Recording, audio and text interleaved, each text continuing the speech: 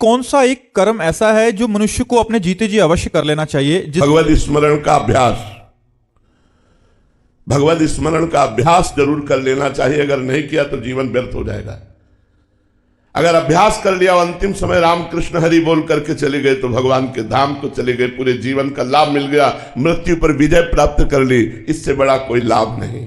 अंतिम समय भगवान का स्मरण हो जाना ये सबसे बड़ा लाभ है। तो इस लाभ के लिए हम जीवन भर अभ्यास करते हैं। हम राधा राधा राम राम कृष्ण कृष्ण हरि हरि रटते हैं, जिससे भगवान की कृपा हो और अंतिम समय हमारे मुख से नाम निकल जाए। यही सबसे बड़ा लाभ है। यही सबसे बड़ा वो कर्म है जिसके कर लेने के बाद फिर पश्चाताप नहीं रहता, फिर प्रायश्चित नहीं रह जाता, फिर भटकना नहीं रह जाता, फिर जन्म मरण का चक्र टूट जाता है। जो निरंतर अभ्यास करता है तो अंतिम समय भगवान का नाम निकल आता है। इसलिए निरंतर नाम जप का अभ्यास करो।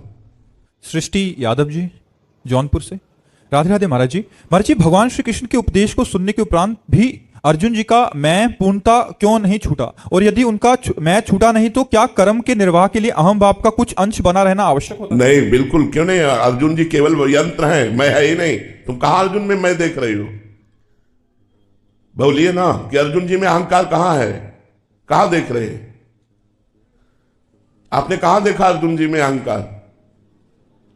बिल्कुल अहंकार नहीं हो तो भगवान के पार्षद है, भगवान के यंत्र है, यंत्री भगवान है। जैसा यंत्री घुमाता है वैसे यंत्र चलता है, उसमें अहंकार से नहीं। अर्जुन में अहंकार से नहीं, बड़े बड़े भक्तों में अहंकार से चेष्टा नहीं हो रही, वो भगवत चेष्टा। अब हम आपसे कहें कि हमारी सारी चेष्टाएं भगवत पे कर नहीं रहा हूं, आप कैसे जानोगे?